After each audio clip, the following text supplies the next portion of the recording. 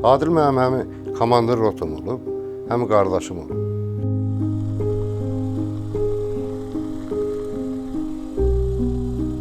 Hər bir övlad üçün atası fəxr mənbəyidir, fəxr yeridir. Mənim də atam mənim üçün fəxr mənbəyidir. Atam şəhid olduqdan sonra bu günə kimi həmişə fəxrlə onu almışam. Çünki şəhid övladı olmaq iki qaç məsuliyyət və fəxrdir. Onun bir oğlu vardı, Ziya. Ən qorxduğum gün doydu ki, birdən ona nə deyək ki, atam hanı? Və yaxud da atam gələcək, və yaxud da atası ilə bağlı nəsə bir sual verir mənə. 1 yaşı vardı evladım. 1 yaşı tamam olurdu. Olmamışdı. Həmişə deyirdi ki, mən istəmirəm ki, sizin kimlərinizə valideyn gəlsin, mənə desin ki, mənim uşağım hanı? Amma çox istəyərəm ki, deyir, mənim uşağım sizdən soruşsun ki, mənim atam hanı? Halbuki bir növü o şəhidliyə o hazırlaşırdı. Bir növü onu elə bir ki, yaşayırdı. Elə bir ki, onun qəlbinə dolmuşdu ki, bu iş olacaq. Bu iş olacaq.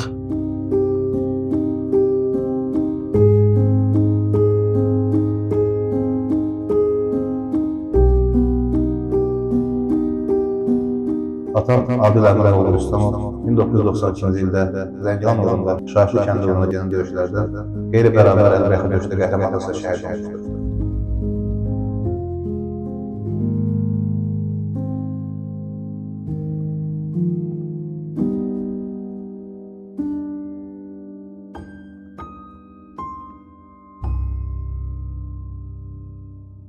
Ümumiyyətlə, mənim uşaqlığım deyəndə hardasa 3-də oxuyurdum, 4-də oxuyurdum. Yadıma gəlir o vaxtı rəhmətli Adil ən çox futbol həvəskar olub. Ancaq oxuduğu dərsləri də çox güclü olub da. Sizə deyim ki, bütün müəllimlər tərifləyirdi onu. Anama, atama tərifləyirdi həmişə. Dərslərindən həmişə 5 alırdı. Çox fəal insan idi o. Dayanan insan deyildi. Adilin elə bir ki, qardaşım olmağına baxmayaraq, Adil məktəb idi. Onun elə bir ki, hər bir hərəkəti bir məktəb idi. Hətta rayonda da biz onun uşağıdıq, tələbəsi idik. 10 nömrəli məktəbdə ona yer verilmişdi. Orada dərs keçirdi idmanla. Məsələn, idmanla məşğul idi, bizə də dərs deyirdi, hərdən bir gedirdi onun yanına. Heç vaxt məsələn, döyülənə razılaşmırdı. Həmişə deyir, döyün, heç vaxt döyülməyin. Onu da deyim ki, həmişə qohum olsun, tanış olsun, dost olsun. Deyir, çalışın döyün, döyülmək nədir? Güclü idmançı idi. Ümumiyyətlə, idman növlərinin hamısını yaxşı başarırdı, gözəl başarırdı. Qazaxıstanda hərbi xidməti keçib o vaxtı. Orada da elə yaxşı xidmətinə görə o vaxt Militseski şkolaya onu göndərdilər. Qaraqanda da Militseski şkola deyirdilər o vaxt. Bura qəbul olunmuşdu. Sonralar bu müharibə başlayanda o məktəbi zada atıb qayıtdı öz torpağımıza, Zəngilanımıza. Gəldi, başladı orada fəaliyyət göstərməyə. Bir ara qrajdanski kimi fəaliyyət göstərdi, kömək elədi, orduya kömək elədi. Yeməklərin, içməklərin, uşaqlarla aparırdı, akopda özləri özü ilə bərabər gedib, onlarla çörək yerdi. İnansız, onun ailəsi olurlar, öz ailəsi ilə oturub çörək yemirdi. Yeməyin, içməyin də götürürdü, yığırdı, aparırdı, akopda uşaqlarla. Deyirdi, onda rahat olur, daha yaxşı yatırır. Belə bir söz var, deyir, ləyaqət olmayan insanın vətəni olmaz. Adil çox ləyaqətli insan idi, çox dəyərli insan idi. İnsan keyfiyyətləri onun çox yüksək idi. Düz tərif Allah'a məxsusdur, amma bir insan olaraq Allah Teala onu çox gözəl bir şəkildə, izzətləndirilmiş şəkildə yaratmışdı. Adil şən, məğrur duruşu, qürurlu bir insan idi.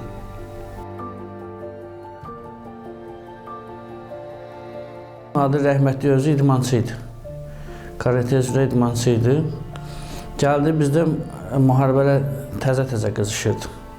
Bizə bir müddət təlimlər keçdi, göstərişlər verdi. Sonradan onu Adil müəllimi götürdülər, apardılar kəşfiyyat qrupuna. Kəşfiyyat qrupunun rəisi oldu. Adillə tanışdığımız eləncin olubdu. Komandirim olubdu. Kəşfiyyat rotasının komandiri qoyunundan sonra da Bunun fəaliyyətləri çox oldu. Bizim torpaqlarımızda getdi kəşfiyyat uşaqları ilə müəyyən koordinatları öyrəndilər, yerləri öyrəndilər. Sonra da mən əsgəriyyətdən gəlmişdim 91-ci ildə. Ona görə məni də götürdü yanına. Bu bizə komandir gələndə tanışdığımız, yəni belə başladı ki, mən böyle komandir idim. Yəni onun haqqında az çox eşitmişdim. Yəni bilirdim ki, idmançıdır, hərbiçidir. Tanışlığımız ilk oradan başladı. Kimin necə tanınmağı, kimin necə olmağı o döyüşdə bilinirdi. Ondan sonra döyüşlərdə onun qəhrəmanlığın orada yəni gördüm. Əsgərlərin necə öz balası kimi sevməyi, düzgünlüyün, haqqın, ədalətin tərəfində olmağın, əsgərlərdə arasıçılıq qoymamağın, hamısına öz balası kimi baxmağı, yəni mən orada onu gördüm.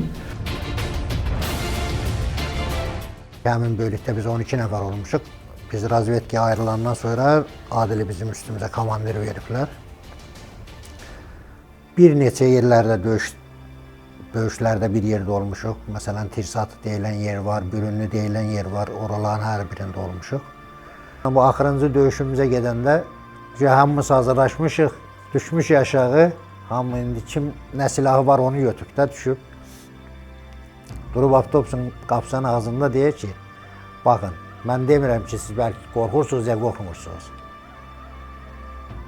Amma əgər istəmirsinizsə getmək, getməyə də bilərsiniz. Kim istəyərsə minsin, kim istəmirsə minməsin. Yəni, belə çox hansısa bir döyüşə də gedəndə, bir yerə də gedəndə bir ağsaqqal kimi bir məsləhətini də verirdi. Yəni, amma cəmaatın da içində qırmamaq şərti ilə də, yəni belə ağsaqqal sayağı, yəni sözləri, məsləhətləri çox olub bizim üçün. Birdən görürdüm bizim əsgərlərdən ya sivil adamlardan əsir düşürdü. Gecə ilə bu yatmazdı. Yəni bir nəfər o tərəfdə olsa yata bilməz. Deyirdim, mütləq biz bir də düşmən gətirib dəyişməliyik. Yəni biz keçirdik düşmən arxasına, gətirirdik bizim əsirləri dəyişirdik. Yəni həmişə də uğurlu olurdu əməliyyatımız. O Xocalı hadisəsindən sonra onun böyük planları vardı. Böyük planları vardı ki, ermənilərə böyük zərbələr yetsin. Çünki Xocalı hadisəsini o həmişə ağlayırdı, həmişə. Biz televizorda zada baxırdıq, eləyirdik, o faciələri zada görürdük də. Bu insan üçün, nə deyim, tamam başqa, bu el adamı idi da. Yəni, deyim ki, təkcə atamın oğludur, təkcə anamın oğludur, yox. Bir görürdük ki, bir zəif adam var, o zəif adama mütləq köməyini eləyərdi. Görürdük kimisə sıxışdırır, görürsə ondan zəifdir, həmişə zəifə tərəfdarlıq eləyərdi. Biz bir daha kəşfiyyata getmişdik, bir yerdeydik. Elə bir yer idi ki, dağa qalxmalıydıq, onların, ermənilərin kəşfiyyat qrupu hardan gəlir və yaxud onların o məskunlaşdığı yeri, Lakatı deyilən bir yer var, oraya getməliydik. Orada biz qabaqda gedir, bu birdən səssiz, orada hər şey səssiz olmalıdır, sakit olmalıdır. Nəysə, çatdırdı, əmr verdi ki, hamı dayansın, dayandı. Özü keçdi qabaq. Onu dedim ki, xeyr olsun Rüstəm oğlu, belə biraz da zarafat yanı, sakit səsinə. Dedi ki, mən bunların valideynlərinin heç birisini gəlib cavab verə bilmərəm. Amma siz, dedim, biz sənin oğlan cavab verərik, yaxşıdır, sənin ailən var, uşağın var, biz ona nə cavab verərik? Deyir, mənim oğluma dərsiniz ki, sənin atan qəhrəman idi. Yəni, onun içində öz əskərlərinə qarşı belə bir sevgi vardı. Həmişə deyirdi ki, mən istəmirəm ki, sizin kimlərinizə valideyn gəlsin, mənə desin ki, mənim uşağım hanı. Amma çox istəyərəm ki, deyir, mənim uşağım sizdən soruşsun ki, mənim atam hanı.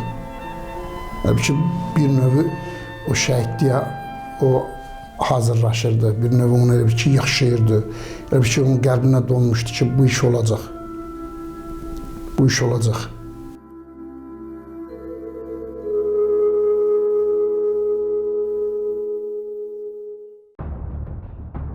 Bir gündə möhkəm döyüşlər başladı. axırıncı döyüşümüz şahid oldu. O kəndləri almışdılar ermənilər, gecə ilə almışdılar. Biz halbuki bilmirdik ki, həqiqətən o kəndlərə giriblər. Ən güclü döyüşümüz Şahifli oldu bizim. Şahifli kəndi. Mən o kəndi deyirəm ki, yəni orada dağdan dağa döyüş getdi. Ancaq evdən, pəncərədən pəncərəyə döyüşlər gedirdi. Təsadüfən getdi, elə bir şey erməni hər tərəflə mühasirəyə aldığı yerə ortasına gedib çıxdıq. Döyüşlər uzun getdi, ağır getdi.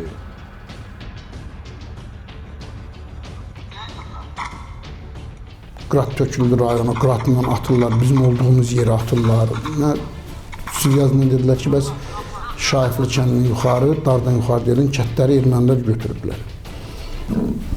Gəldi, onda bir söz işlətdi, dedi ki, bugün olum günüdür, ölüm günüdür. Dedim ki, bizə ölmək yaraşmır, bizə olmaq yaraşır.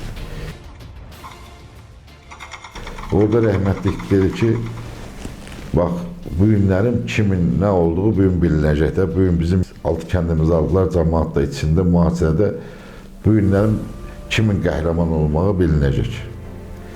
Bizi 3 istiqamətdən böldü, 3 istiqamətdən hələ bizi böldü, hələ biz bir bölgədən girdik. Yəni orada da döyüş eləyirdi ki, yəni ev atışırdın, divar divara, evin üstündə atışırdın, bir də gördün altından səs gəlir. Yəni bilmirdin ki, kim kimdir də. Yəni çox bir pis vəziyyətdə. Harada gedirdim, məsələn, qadın, uşaq, nə bilim, qoca. Döyüşdə, həmişə döyüşə girmişik, istər-istəməz adında qorxu hissi var.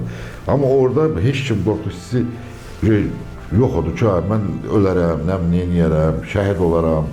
Neyiniyim, nətəliyim, bir dənə bu qadınları, uşaqları, qocaları buradan çıxardım. Yəni, oradan o kətdən qocaların, qadınların, bunu hamısı bilir, o Zəngilan cəmaatı da bilir hamısı ki, yəni Allah rəhmət eləsin adilə.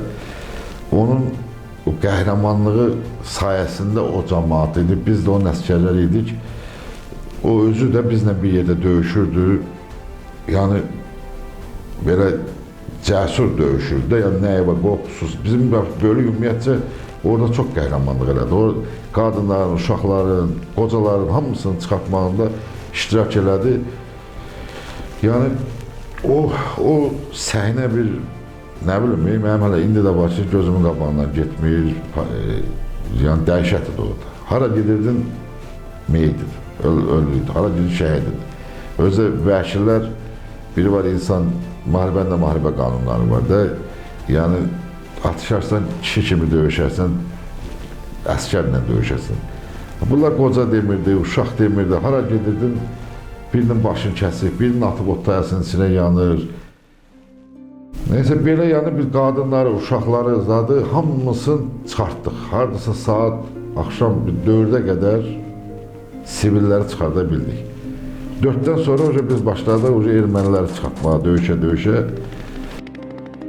Şahidli deyən istiqamətdə rəhmətli Adil onda orada elə bir ki, haradasa bir 100-ə nəfər Adil rəhmətli oradan kənd cəmaatını, qadın uşaqların çoxusunu çıxardır. Avtobusla oradan çıxardıb uzaqlaşdırır. Adil ona görə mən deyirəm milli qəhrəman ki, çox orada qəhrəmanlıq eləyibdi. Əsas o, biz kim üçün vuruşuruq? Ana bacılarımız üçün vuruşuruq, torpağımız üçün vuruşuruq. Yəni onları vaxtında xilas edib çıxartmışdı. Yoxsa Zəngilan həmən günü səhvimizə 28 şəhid vermişdi, çox şəhid verərdi. O dardan yuxarıda çox şəhid verərdik.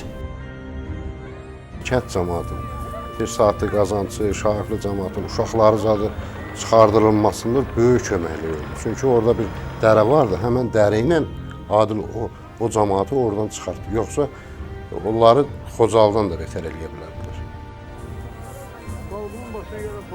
Bir də oradaki hadisələr ki, cəryan edirdi.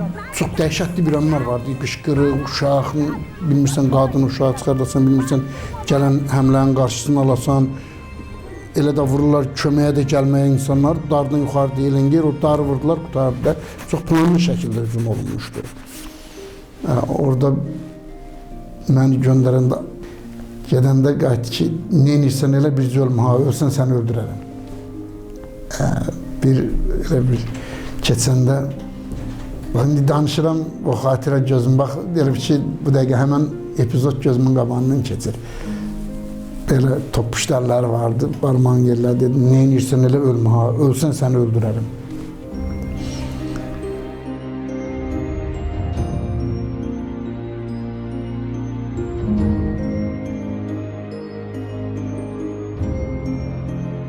Adil yenə də öz dəstəsini öz başından ayırmırdı, qorxurdu. Həm də ki, şəhid olan uşaqların anasına demək bir cavabdehlik vardı. Onu da bilirsiniz necə.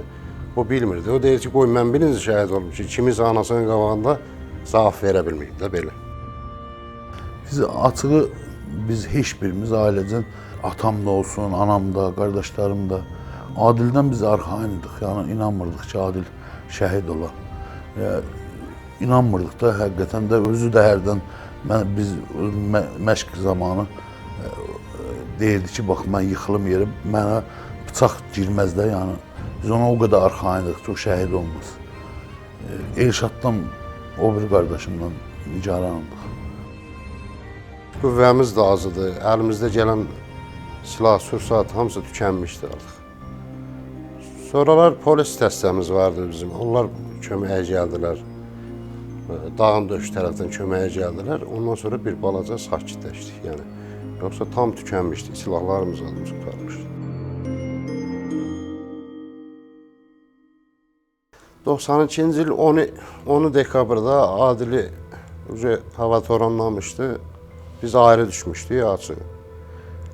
Çünki Adil bizi göndərdi ki, gedin avtomatları patronla doldurun, eləyin, hazır olun, burada olun. Həmən gecə ayrıldıq açıq.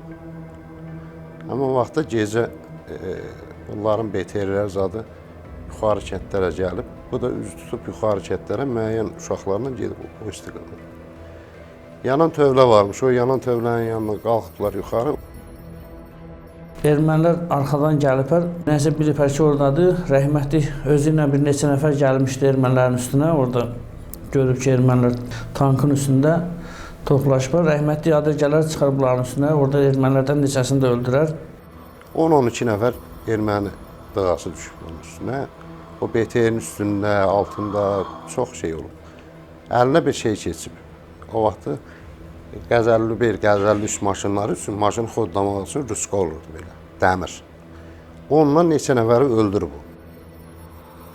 Sonra da istəyərlər ki, Adili, bunlar da istəmirlər ki, ermənilər Adili baxıblar ki, hərbiçi formasındadır, papaqdan zaten bilinir. İstəyiblər ki, rəhmətliyi diri-diri tutsunlar, aparsınlar. Yəni, zabit onlar üçün önəmli idi. Bundan başlayıblar dalaşmağa, bunun silahını əlinə. Özü zabit olduğu üçün bunun silahını tez alıblar əlindən. O başlayıb əli ilə döyüşməyə.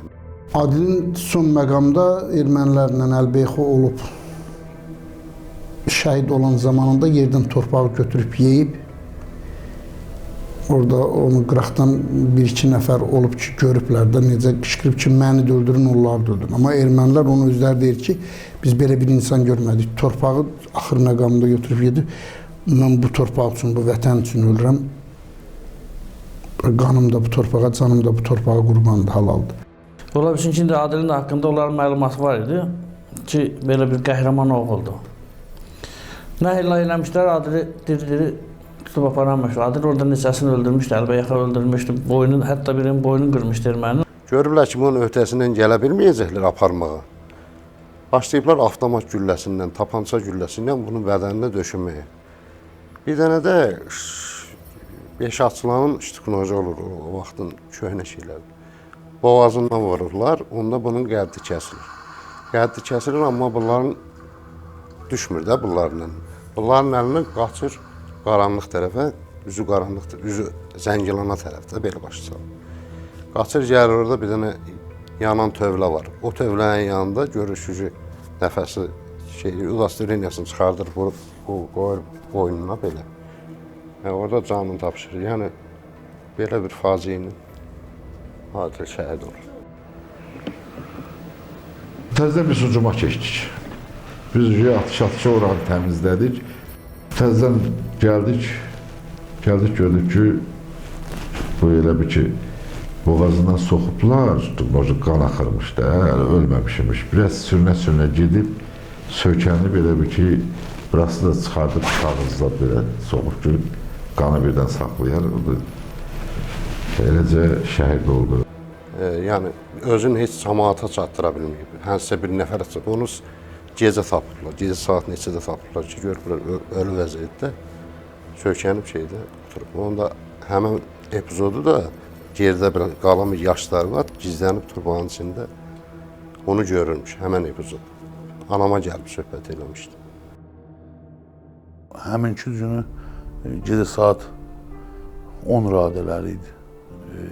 Bizim evə zəng gəldi və telefonu mən götürdüm. Elə uşaqdım, evin kiçiydim, getdim telefonu götürdüm. Xəbər gəldi ki, bəs Adil yaralanıb. O da bizi qorxuzmamaq üçün də birinci elə xəbər verildi. Və mənə dedilər ki, tez təcili gəlin Zəngilan xəstəxanasına, mərkəzi xəstəxanaya və sonra mən uşaqdım, yenə deyirəm, atama verdim telefonu. Yəni, biz hamımız yığışdıq, qaçaraq getdik. Bizim rayon xəstəxanası vardı ora. Getdik, ora çatanda gördük ki, onun meyit oradadır, yəni. Belə. Anam gecə, atam, hamımız bir maşında yığışıb getmişdik gecə. O gecəni bilmirəm, hələ də yaşayırıq, elə, hələ də yuxularımızdan çıxmır. Allah nə deyim.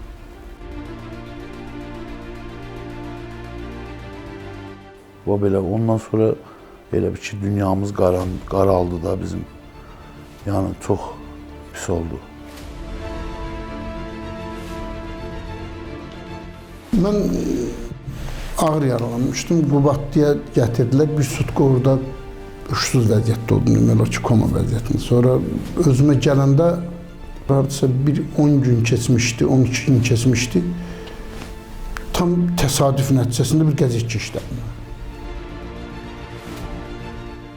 Burada oxudum ki, Zəngilan filan döyüşlərdə, filan kəşfiyyat rotasının əskərləri orada ağır yaralanan Quliyevin öz adını sonra arxasından qəhrəmancasına şəhid olan Adil Rüstəmov.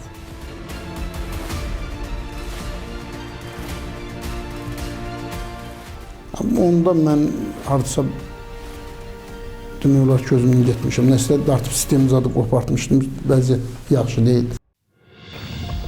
Həmin ərəfədə şəhid olandan sonra bizim, əlbəttə ki, onda sivyaz yox idi, telefon yox idi, xəbər tutmaq çətin məsələ idi.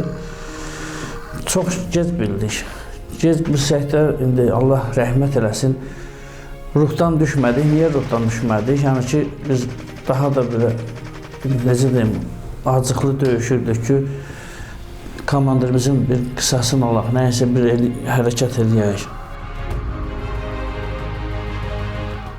Onun elə bir ki, şəhid olmağı çox gənclərimizə örnək oldu, həvəs yaratdı döyüşə getməyə də. Yəni ki, o şəhid olandan sonra sanki rayonda cavanlarımız çoxu istəyirdi ki, məsəl üçün geçsin, onun qisasını alsın.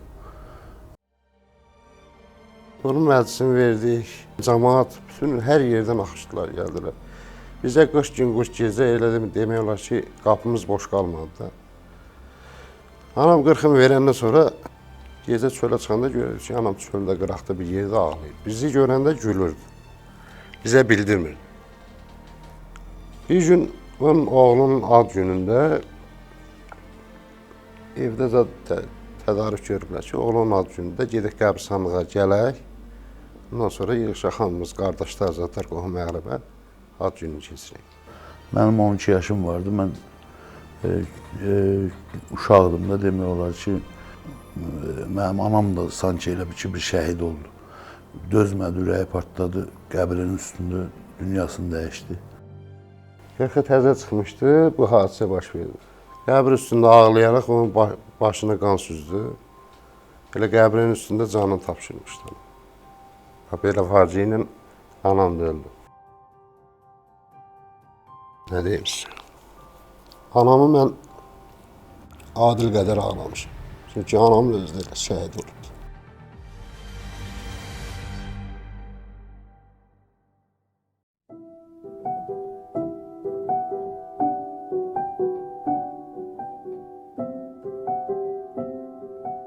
Adil ailəli idi, bir evladı olub, bir oğlu olub. 1 yaşı vardı evladım. 1 yaşı tamam olurdu. Hər zaman o uşağın görüşməyə gedəndə mənə deyirdi, gedək Ziya kişi ilə görüşək. O məlum hadisələrdən sonra Adil şəhid oldu. Mən yaralandan sonra bir müddət mən o uşağı görməkdən qaçdım. Qaçının üzündə heç görmək istəmirdim uşağın üzünə gəlin. Çünki o deyirlər uşaq mələkdir, hər şey hiss eləyir. Biz o uşaqla həmişə görüşməyə gedəndə o uşaq dik mənim gözümün içinə baxırdı. O gündən sonra mən uşağın gözünün içinə baxmıram. Elə bilirəm ki, o gözlərdə hansısa bir sual doğacaq, hansısa bir məndən nə isə soruşacaq. Ən qorxduğum yön də oydu ki, birdən ona nə deyək ki, atam hanı? Və yaxud da atam gələcək, və yaxud da atası ilə bağlı nə isə bir sual verir mənə.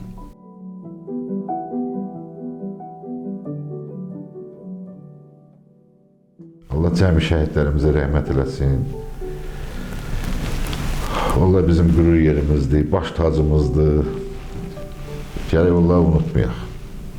Ən azından onları unutmayaq ki, yəni gələcəyimiz, gəncliyimiz,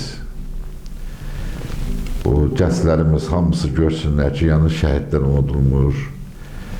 Onun üçün düşmənimiz çox pis düşməndir, yəni çox pis düşməndir. Yəni mən bunu görmüşəm, onlar daha bir körpə uşağa da acımırlar. Ona görə şəhidlərimizi unutmayaq ki, gələcəkdə başımıza bir də belə bir şeylər gəlməsin.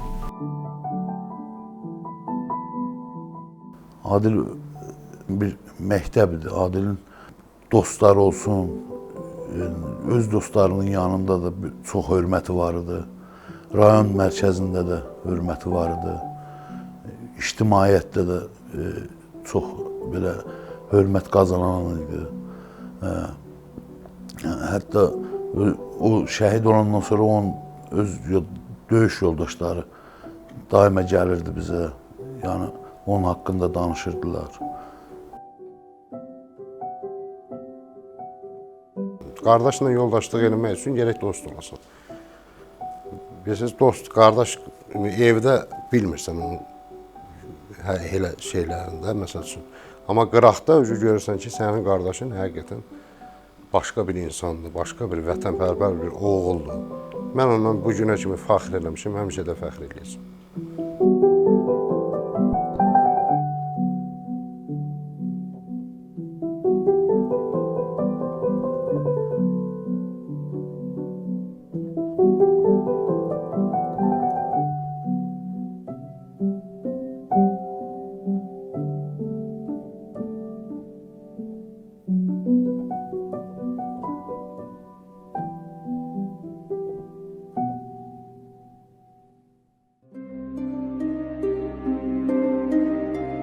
Bugünə kimi mən hər yerdə fəxrlə şəhid Adil Rüstəmovun oğlu kimi özümü təqdim edirəm.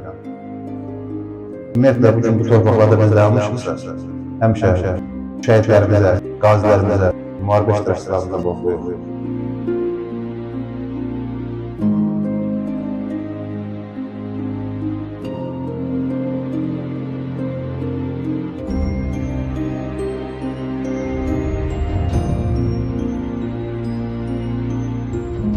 Atamla fəxr edirəm. Onun mənə qoyduğu miras öz adında şəhidlik adıdır. İnsan üçün ən yüksək ola biləcəyi ad şəhidlikdir. Atam da şəhidlik zirvəsinə yüksəlib. Bu mənim üçün çox böyük fəxrdir, qürur mənbəyidir.